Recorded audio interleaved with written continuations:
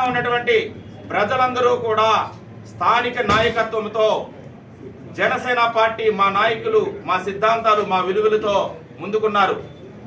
ఎట్టి పరిస్థితుల్లో కూడా స్థానికేతరులకి ఇక్కడ ఇవ్వకూడదని చేతులెత్తి మొక్కుతున్నాం, కోరుతున్నాం, రిక్వెస్ట్ చేస్తున్నాం. 3 పార్టీలకు కూడా దయచేసి గెలవడానికి సిద్ధంగా ఉన్న తరుణంలో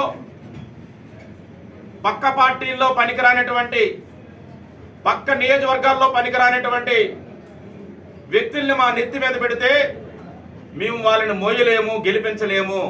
ప్రజలు తిరగబడుతున్నారు, ప్రజలు యాక్సెప్ట్ చేయడం లేదు. జనసేన పార్టీ కోసం పనిచేసే స్థానిక నాయకులకు అవకాశం ఇస్తే మరలా వైఎస్ఆర్సీపీని ఇంట్లో కూర్చోబెడతాం. జనసేన పార్టీలో ఉన్నటువంటి స్థానిక నాయకులకి అవకాశం ఇస్తే వైఎస్ఆర్సీపీ ప్రభుత్వాన్ని బంగాళాఖాతంలో కలుపుతాం. ఓడిపోవడానికి సిద్ధంగా ఉన్నటువంటి వైఎస్ఆర్సీపీ ప్రభుత్వాన్ని ఎట్టి పరిస్థితుల్లో కూడా మరలా ప్రజల్లోకి తీసుకురాకుండా చేయడానికి సిద్ధంగా ఉన్నాం.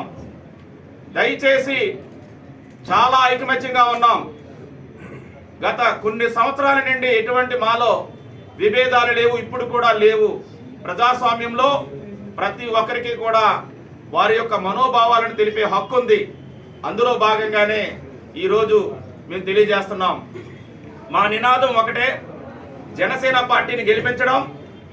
పవన్ కళ్యాణ్ గారి సిద్ధాంతాల విలువలతో ఉన్నటువంటి స్థానిక నాయకులకే ఇక్కడ ఎమ్మెల్యే సీట్ ఇచ్చినట్లయితే గెలుస్తారని చెప్తున్నాం. ఇక్కడ మూగు శ్రీనివాసరావుకే ఇవ్వమని కానీ, సాదిక్ గారికి ఇవ్వమని కానీ, లేదా పలానా నాగరాజు గారికి ఇవ్వమని కానీ, పలానా సుప్రసాద్ రెడ్డి గారికి ఇవ్వమని కానీ మేము చెప్పడం లేదు. స్థానికంగా కష్టపడినటువంటి జనసేన పార్టీలో సుదీర్ఘకాలం ప్రజల్లో ఉన్నటువంటి, ప్రజలతో ఉన్నటువంటి, ప్రజల కోసం ఉన్నటువంటి దక్షిణ నియోజకవర్గంలో ఉన్నటువంటి స్థానిక నాయకులకి అవకాశం ఇస్తారని భావిస్తూ, ఇవ్వాలని కూడా రిక్వెస్ట్ చేస్తూ, ప్రజలందరూ కూడా మనతో ఉన్నారు, ప్రజలతో మనం ఉన్నాము.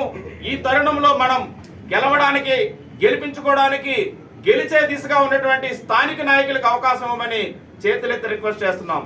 జై పవన్ కళ్యాణ్.